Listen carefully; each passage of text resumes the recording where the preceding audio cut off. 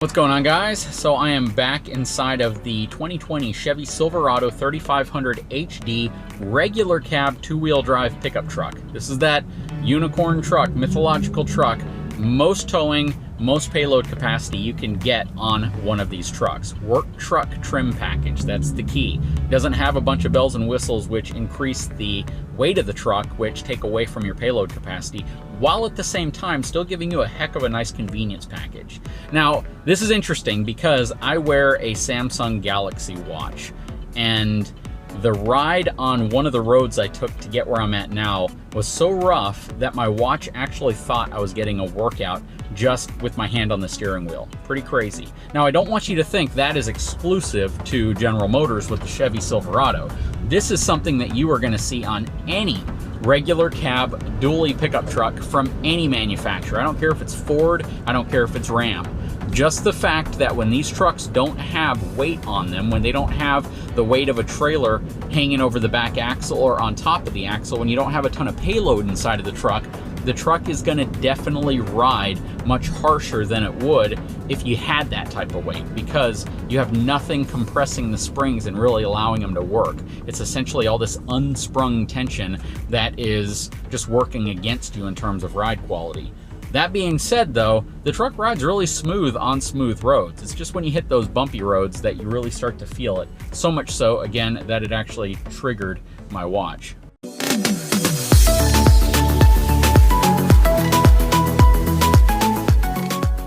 Definitely have to admit, this is a really good looking truck. It's a shorter configuration than most people probably expect to see when they're looking at dually trucks, but it still looks really nice. It has an 8-foot bed on it, which I think counterbalances the fact that it doesn't have the crew cab right there. But overall, you can see that the truck isn't short, it's just shorter than you might normally see. And to give you kind of a length comparison, it's about the length of your standard half-ton crew cab short bed pickup truck. Anyways, guys, we are out here at the Vanleigh Beacon, and we're going to hitch up to it to show you a few things. First of all, we want to transfer the weight of this beacon to the back of this truck. Again, this truck has a tremendous payload capacity. You gotta love the trailering sticker that they put on these trucks. So let's look at all the numbers. This has a gross vehicle weight rating of 14,000 pounds. It has a gross combined weight rating of 43,500 pounds. That's crazy. It has a rear gross axle weight rating of 10,500 pounds.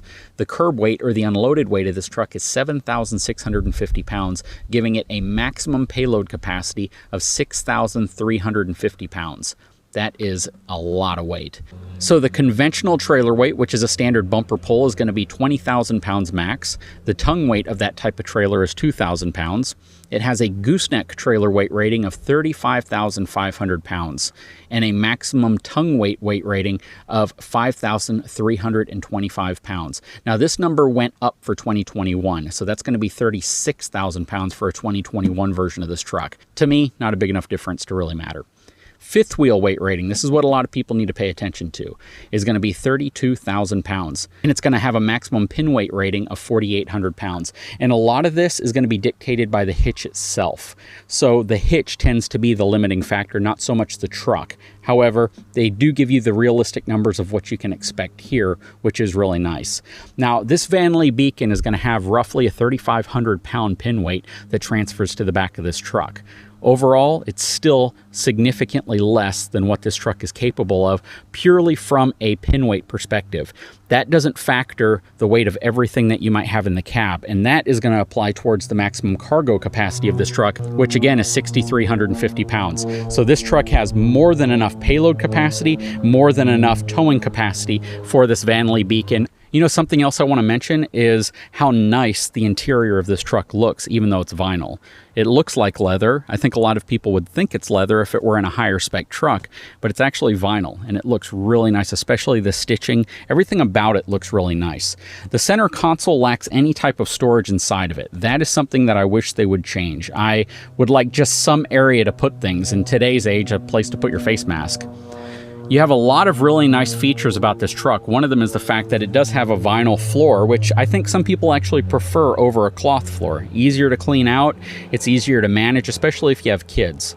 Overall, though, this is a really cool package because it's going to give you all the convenience features most people would look for, like your power windows, power door locks, power mirrors. It has your cruise control. It also has air conditioning, of course, your power ports, trailer brake controller. It's going to have a 7-inch infotainment system in it that gives you all sorts of controls in terms of managing your trailer to working with your Apple phone or your Android phone.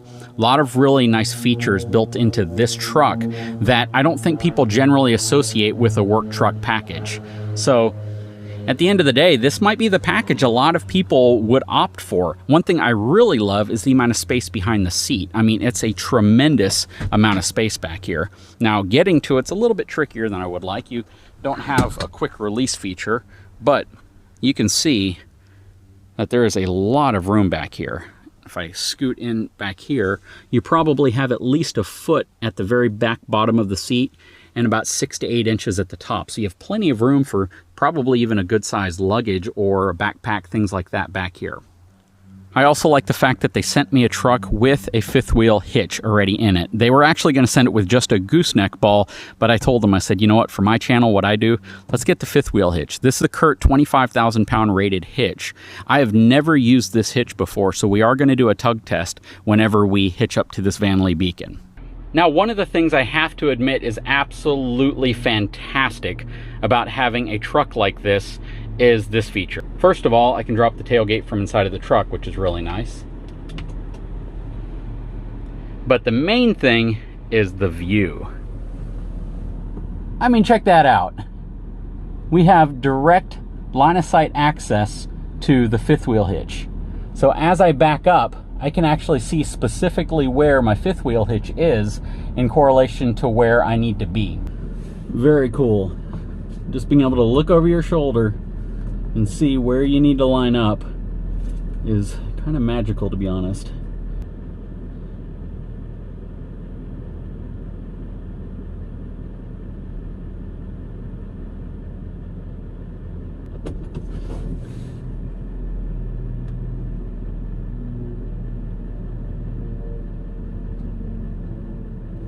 There we go. I am all hitched up. Let me make sure that I have everything properly secured with this rig before I level it over the back. Now I can tell right off the bat that this hitch is set up a little bit too low for this specific truck, that it really needs to be adjusted up a notch. Yep, so you can see here there's only about 2 inches of space between the bed rail and the overhang. Isn't going to be a lot. Once I drop it down, that will change slightly, but it's not going to change a tremendous amount. You can also see, looking underneath here, that the jaws are completely locked in place around the kingpin. There's a few more steps with this hitch, similar to almost any other 5th wheel hitch. That arm has to be pushed in, and then that pin has to be dropped into place.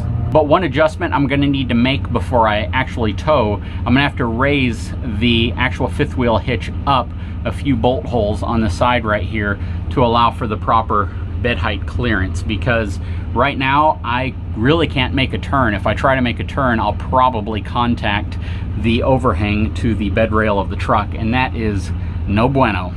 But something I can do today at least is to drop the weight on the truck just to see how the truck sets, and I can monitor this right now as I'm doing it, so we can see just how much weight transfers over. We have the feet off the ground. Let's stand back a little bit and see what the stance looks like overall with the pin weight of this Vanleigh resting on the back. So yeah, there's still a little rake to it. So the back is still sitting a little bit higher than the front, with roughly 3,500 pounds worth of pin weight resting on it. So it definitely can handle the weight without a problem. So unfortunately, I'm not going to be able to do everything I wanted to do today out here. I was able to give you more information, which is kind of the goal of this, but the next video, we're actually going to take this thing out on the road, do a quick tow with it, and see specifically how the truck handles the weight traveling. And I need my tools to adjust the height of the 5th wheel hitch, and without them, I am not going to try to take this out with only about 2 inches of bed rail clearance. Anyways, guys, stay tuned for the next video. I think you're going to enjoy it. Guys, if you haven't had a chance, please take a moment, subscribe to my channel, give me a thumbs up, and we'll talk to you again very soon.